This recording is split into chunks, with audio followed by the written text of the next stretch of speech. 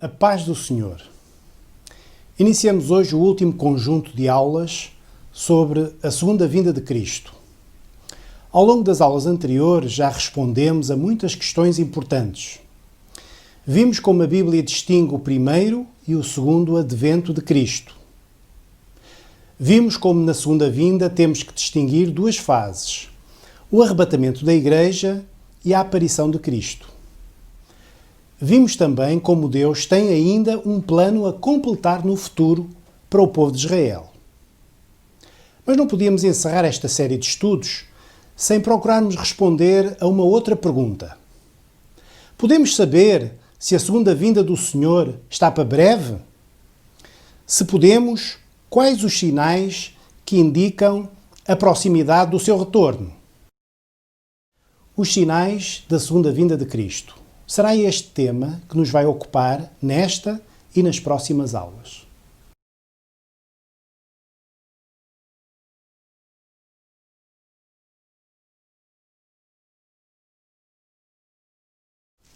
Antes de mais, uma pergunta. Os irmãos concordam que é legítimo procurar saber se Jesus voltará em breve? Ou, pelo contrário, é uma pergunta que nem devemos colocar? Há pessoas, até irmãos nossos, que não estão preocupados em saber se Jesus vem em breve ou não. E há outros que vão mais longe. Como Jesus disse que do dia e hora da sua volta ninguém sabe, a não ser Deus Pai, nós nem deveríamos querer saber. Para respondermos a estas posições, que desvalorizam a ênfase na proximidade da segunda vinda, iremos ler alguns textos da palavra. O nosso primeiro texto encontra-se em Mateus 24, 3. E estando assentado no Monte das Oliveiras, chegaram-se a ele os seus discípulos em particular, dizendo: Dize-nos, quando serão essas coisas e que sinal haverá da tua vinda e do fim do mundo? Reparem os irmãos que Jesus tinha acabado de profetizar que o templo de Jerusalém seria destruído e que não ficaria pedra sobre pedra. Na sequência desta predição, os discípulos colocaram estas três perguntas de rajada. Primeira pergunta: quando serão essas coisas? Referindo-se ao que Jesus predisse sobre a destruição do templo. Segunda pergunta: que sinal haveria da sua volta? Terceira pergunta: que sinal haveria do fim do mundo?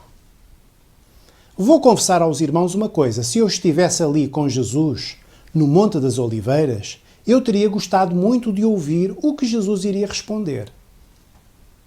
Se ele achasse esta curiosidade despropositada, este seria um excelente momento para os repreender, dizendo algo como: esse é um assunto que vos não diz respeito. Não se preocupem com sinais. Limitem-se a viver o vosso dia-a-dia normalmente. Mas não. Jesus vai responder longamente e com muitos pormenores às perguntas dos discípulos.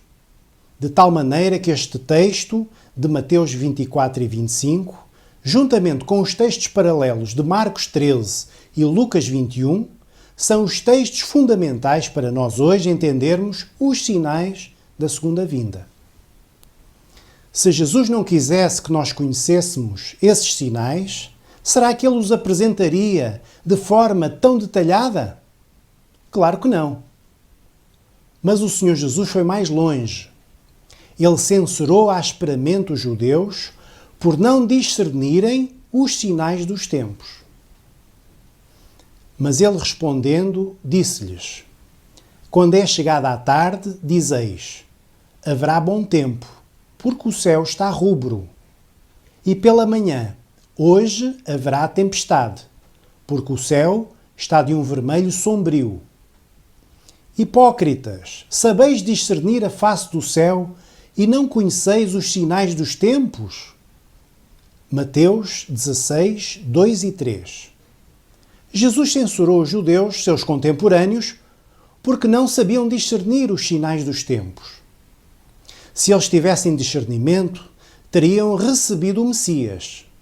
Assim, levaram-na à cruz.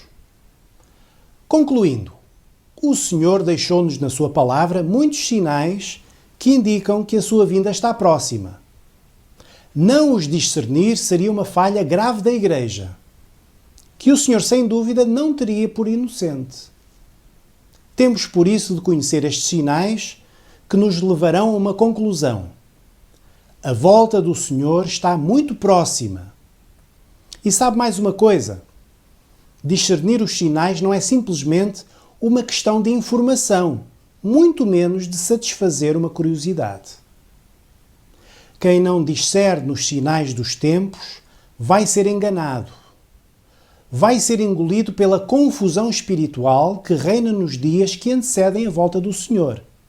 Mas, quem não entende que Jesus voltará em breve vai ter uma tendência a viver uma vida relaxada, mundana, como sucedeu com aquele servo da parábola. Mas se aquele mau servo disser no seu coração: "O meu Senhor tarde virá", reparem, ele acha que o Senhor não vem logo, e começar a espancar os seus conservos e a comer e a beber com os ébrios, isto é, a viver uma vida na carne sem santificação, virá o Senhor daquele servo num dia em que o não espera e à hora em que ele não sabe. Separá-lo-á e destinará a sua parte com os hipócritas. Ali haverá pranto e ranger de dentes. Mateus 24, 48 a 51. Isto quer dizer o seguinte: viver na expectativa da iminente vinda do Senhor leva-nos a viver uma vida santa, procurando remir o pouco tempo que nos resta, servindo ao Senhor. Em síntese, não há nada mais prático para a vida do crente do que saber que se aproxima velozmente o dia glorioso em que o Senhor voltará.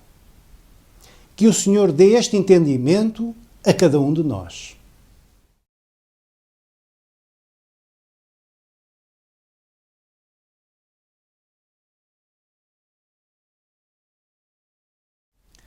Os sinais da segunda vinda podem ser classificados em 4 grandes grupos.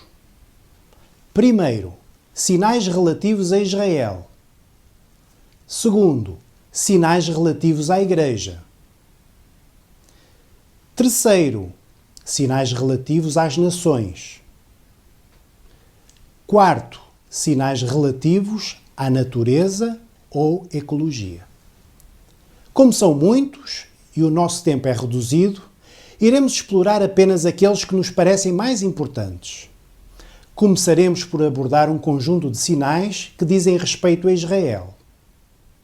Como já temos referido várias vezes, um sinal profético que, sem dúvida, marca profeticamente o tempo que vivemos é o regresso de Israel à sua terra de origem, à Palestina. O Senhor deu esta terra por promessa a Abraão. Foi Moisés quem conduziu o povo até esta terra da promessa, mas foi Josué quem levou o povo a entrar nela e a conquistá-la. Foi nessa terra que a nação de Israel se instalou e desenvolveu ao longo dos séculos. No entanto, através de Moisés, o Senhor tinha advertido Israel que se o povo se afastasse do Senhor, sofreria severas consequências. Uma delas seria a sua dispersão pelas nações. Espalhar-vos-ei entre as nações e desembainharei a espada atrás de vós, e a vossa terra será assolada, e as vossas cidades serão desertas. Levítico 26, 33. Assim sucedeu. Devido à sua rebelião e idolatria, as 10 tribos do norte de Israel foram conquistadas pelos assírios em 721 a.C., como lemos em 2 de Reis 17:6. Depois, o reino de Judá foi punido com o cativeiro no ano 606 a.C., sendo exilado em Babilónia durante 70 anos. Mas foi no primeiro século da nossa era que esta palavra se cumpriu de forma particularmente notória. Não só as cidades de Israel foram destruídas e esvaziadas, Jerusalém foi destruída e o templo incendiado, sendo o povo sobrevivente levado cativo e espalhado entre as nações. Há registros históricos destes acontecimentos. A imagem que está a ser projetada, por exemplo, mostra a entrada triunfal de Tito em Roma, com os despojos do Templo de Jerusalém. Vê-se o candelabro ao meio, provavelmente pouco depois do ano 70 da nossa era. A história dos judeus, desde o primeiro século até aos nossos dias, é uma história trágica. O povo de Israel tem sido perseguido e maltratado um pouco por todo o mundo. Não podemos ignorar que a principal razão de tal tragédia foi a rejeição do Messias. Quando Pilatos proclamou que estava inocente do sangue de Jesus, a multidão reagiu assim. E respondendo todo o povo disse: o seu sangue caia sobre nós e sobre nossos filhos. Mateus 27, 25. E caiu mesmo. Mas o Senhor também prometeu que o castigo não duraria para sempre. O Senhor prometeu que voltaria a trazer o seu povo à sua terra, a terra que tinha prometido a Abraão. Vamos agora ler alguns desses textos dos profetas e verificar como eles se cumpriram. Leiamos em primeiro lugar no livro do profeta Isaías. Não temas, pois, porque estou contigo. Trarei a tua descendência desde o Oriente e te ajuntarei desde o Ocidente. Direi ao norte, dá, e ao sul, não retenhas. Trazei meus filhos de longe e minhas filhas das extremidades da terra. Isaías 43, 5 e 6. Será que esta promessa se cumpriu com o regresso do povo do exílio de Babilônia nos séculos VI e V a.C.? Não, porque a palavra diz expressamente que o Senhor traria o povo dos 4 pontos cardeais, das extremidades da terra. Ora, esta profecia só se cumpriu no século XX, quando milhares de judeus abandonaram as terras onde se tinham fixado, nos 4 cantos do mundo, e começaram a convergir para a Palestina. Note-se como os detalhes da profecia foram cumpridos. O povo viria do Oriente. Muitos judeus que residiam no Médio Oriente começaram a regressar a Israel logo nos inícios do século XX. Do Oeste, em meados do século XX, centenas de milhares de judeus que viviam em países europeus e nos Estados Unidos começaram a instalar-se na Palestina. Não esqueçamos que a perseguição de Hitler liquidou, em poucos anos, cerca de 6 milhões de judeus, o que significou mais ou menos 1 em cada 3 judeus no mundo inteiro. Do Norte, a ex-União Soviética recusou por muitos anos a saída de judeus para Israel. Mas graças à pressão de outros países e à ação dos movimentos sionistas, foi dada gradualmente esta autorização nos anos 80. Nos anos seguintes, centenas de milhares de judeus originários da Rússia e das nações em volta regressaram a Israel. Essa migração continua até aos dias de hoje. Do Sul, a Etiópia, por exemplo, que se situa a sul de Israel, também recusou a autorização à saída dos judeus. Mas em 1985, Israel fez um acordo com o governo comunista etíope. Só no fim de semana de 25 de maio de 1991 foram transportados por avião 14.500 judeus etíopes para a Palestina. Repare-se como os pormenores da profecia de Isaías, que viveu há cerca de 2.700 anos, se cumpriram. Escreveu o profeta: direi ao norte, dá, e ao sul, não retenhas. De facto, não foi fácil os judeus saírem das terras do norte, União Soviética, e do sul, Etiópia e outros países. Foi preciso muita pressão e até o pagamento de um resgate em dinheiro à Etiópia, para que os judeus pudessem regressar à terra dos seus antepassados. Mas regressaram. Cumpriu-se assim a palavra profética. E tudo aconteceu há relativamente pouco tempo. Também Isaías estava correto ao falar das extremidades da terra. Nos últimos 100 anos, os judeus regressaram de locais tão longínquos como a China, a costa ocidental dos Estados Unidos, a Escandinávia e a África do Sul. E estes são apenas alguns exemplos dos mais de 100 países de onde os judeus regressaram. A população de Israel aumentou significativamente, passando de pouco mais de 1 milhão em 1950 a quase 8 milhões atualmente. Destes, cerca de 6 milhões são judeus. Os restantes são árabes e outros. Louvado seja o nome do nosso Deus. Ele é o Senhor soberano da história. Ele tem mais poder do que qualquer nação, rei ou força política do mundo. Ninguém pode impedir que a sua palavra se cumpra. A promessa deste retorno encontra-se em muitos outros textos proféticos.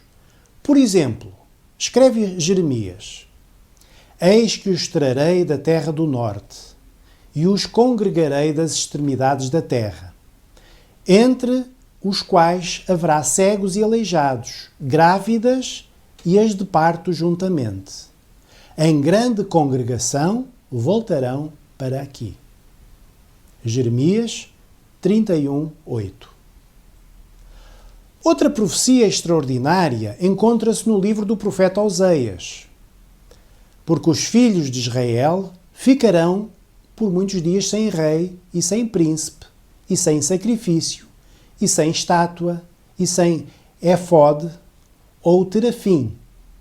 Note-se que os judeus não podem realizar o seu culto há 2000 anos.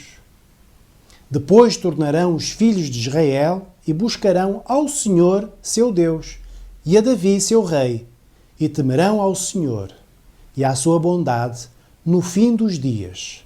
Note-se o pormenor, no fim dos dias. Oseias 3, 4 e 5.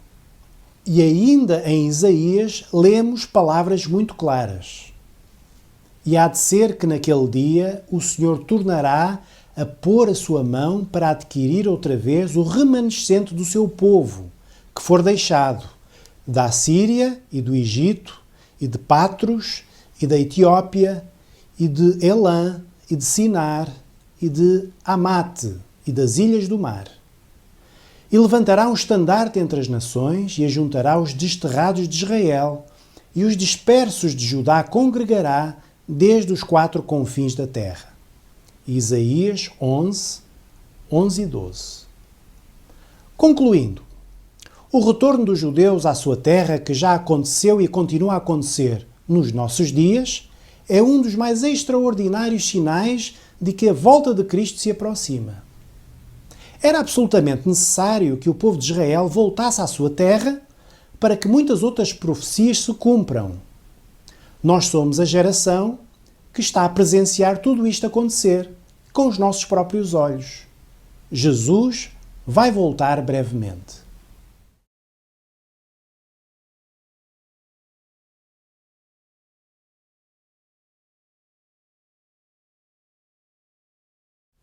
Vejamos agora um outro sinal, também relacionado com Israel.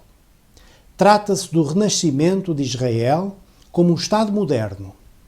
Não se trata apenas de Israel regressar à sua terra, o que já, em si, é extraordinário.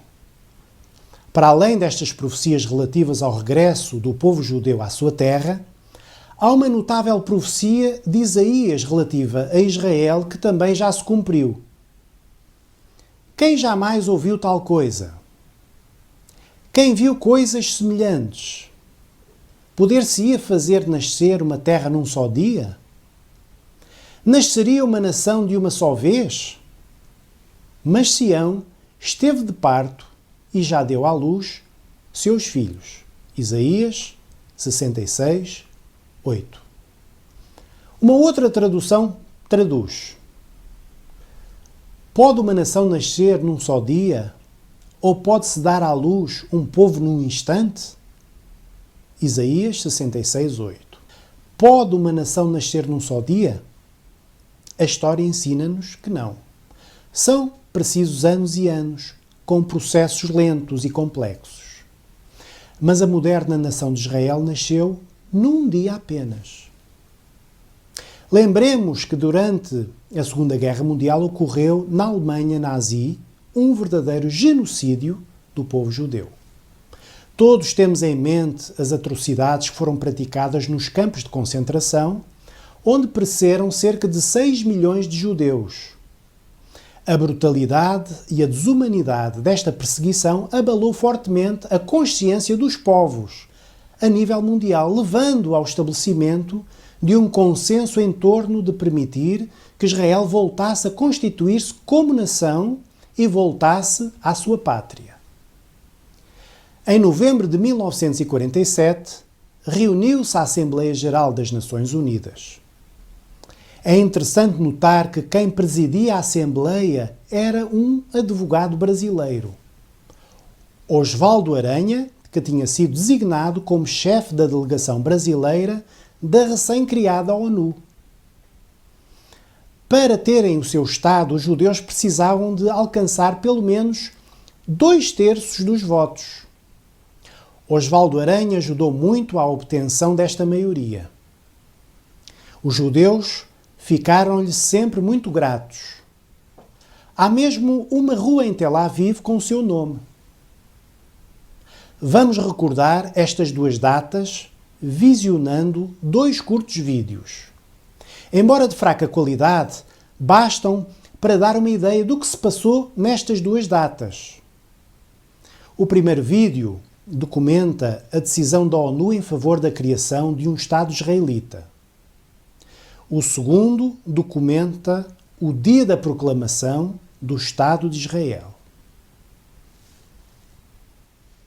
Em 26 de novembro de 1947, a Assembleia Geral das Nações Unidas reuniu-se em Nova York para discutir o término do mandato britânico sobre a Palestina e a divisão daquele território em 2 estados, um árabe e outro judeu.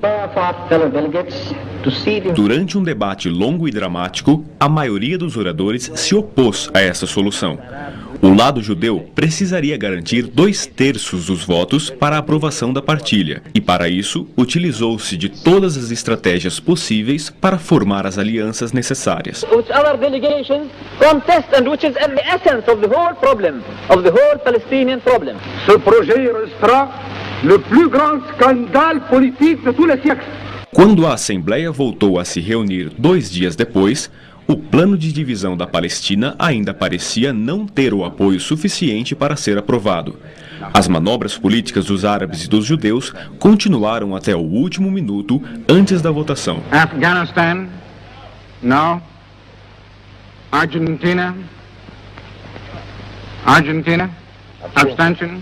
O presidente da sessão, o brasileiro Osvaldo Aranha, deu início à chamada nominal e procurou quebrar todos os impasses que eram criados por aqueles que não queriam a divisão.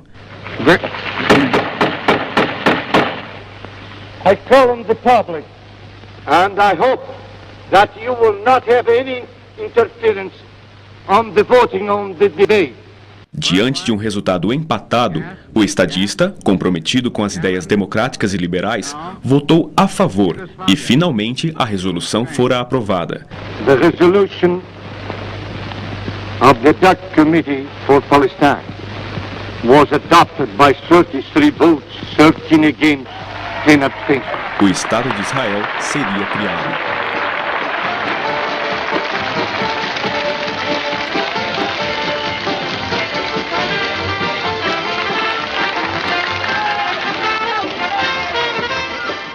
Em 14 de maio de 1948, às 8 horas da manhã, a bandeira do Reino Unido foi arriada pela última vez no porto de Haifa, na Palestina. As tropas militares britânicas desmontaram suas bases e instalações, deixando a Terra Santa antes mesmo da transferência do governo para os habitantes locais. Estava encerrado um mandato que havia durado 30 anos. Naquela mesma tarde, David Ben-Gurion chegou ao Museu de Tel Aviv para o momento pelo qual dedicou-se a vida inteira. Acompanhado de integrantes da administração nacional, representantes da comunidade judaica de Erez Israel e do movimento sionista, Ben-Gurion fez a leitura da Declaração de Independência do Estado de Israel. O texto se baseava na Declaração de Balfour e na partilha votada pelas Nações Unidas para justificar o direito natural do povo judeu a um Estado próprio, onde pudessem seguir livremente a sua fé com a mesma soberania de todas as outras nações.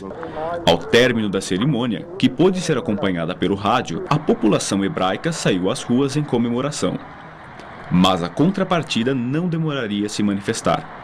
A Liga Árabe mobilizou imediatamente 30 mil soldados, dando início a um combate ferrenho em todos os lados da fronteira da Palestina.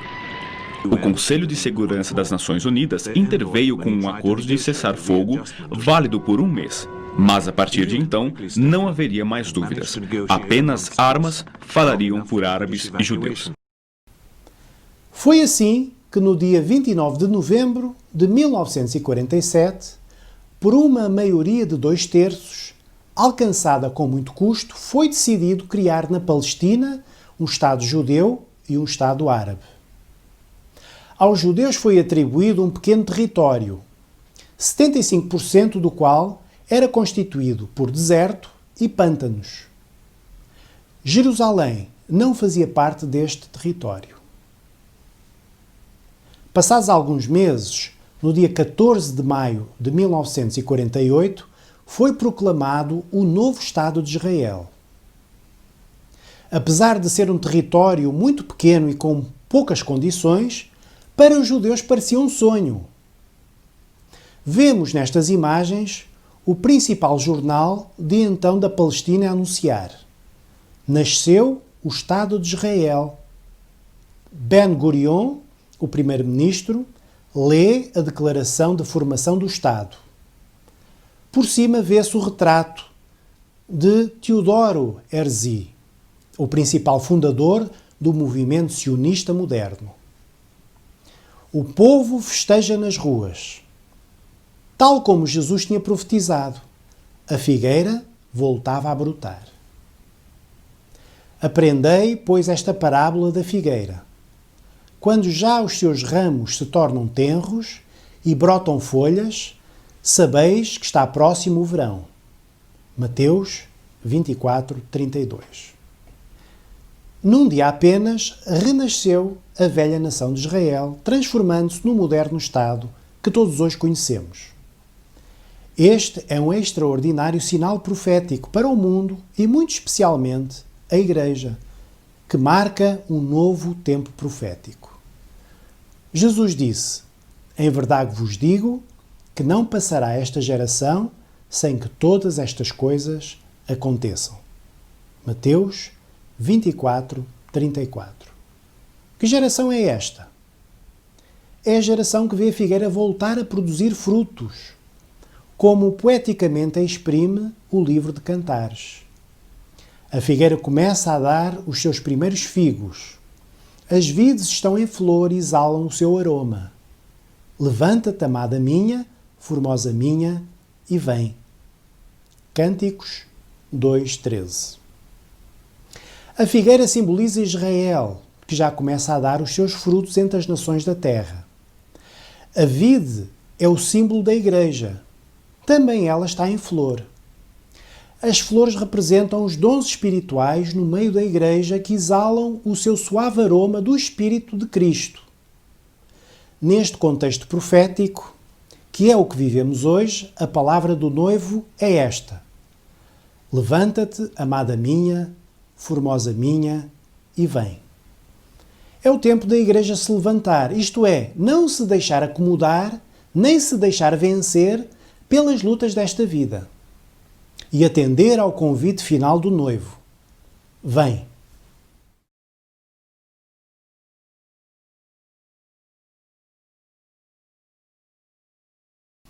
Concluímos aqui esta aula. Iremos continuar a falar de outros sinais ainda relativos a Israel no próximo encontro. Queremos terminar sublinhando os 2 pontos mais importantes que vimos neste estudo. Primeiro, há sinais proféticos que apontam claramente para a proximidade da vinda de Cristo. Ignorá-los seria muito grave. Seria desprezar algo que o próprio Senhor Jesus, assim como muitos profetas, nos transmitiram. Lembramos mais uma vez a advertência do apóstolo. E temos muito firme a palavra dos profetas, à qual bem fazeis em estar atentos, como a uma luz que alumia em lugar escuro, até que o dia amanheça e a estrela da alva apareça em vossos corações. 2 de Pedro 1,19. Segundo, um destes sinais proféticos mais importantes, talvez o mais importante de todos, é o ressurgimento de Israel como nação e o regresso à sua terra. Como vimos, este surpreendente retorno foi profetizado pelos profetas como algo que sucederia nos últimos dias. A geração dos nossos pais e a nossa geração têm assistido a estes acontecimentos. O seu cumprimento indica-nos uma só coisa: o Messias está às portas. Jesus está prestes a voltar. Marcamos encontro para breve. Um dos objetivos desta série de estudos é contribuir para que cada irmão se prepare para esse grande dia. Que o Senhor nos abençoe. Maranata, o Senhor Jesus vem.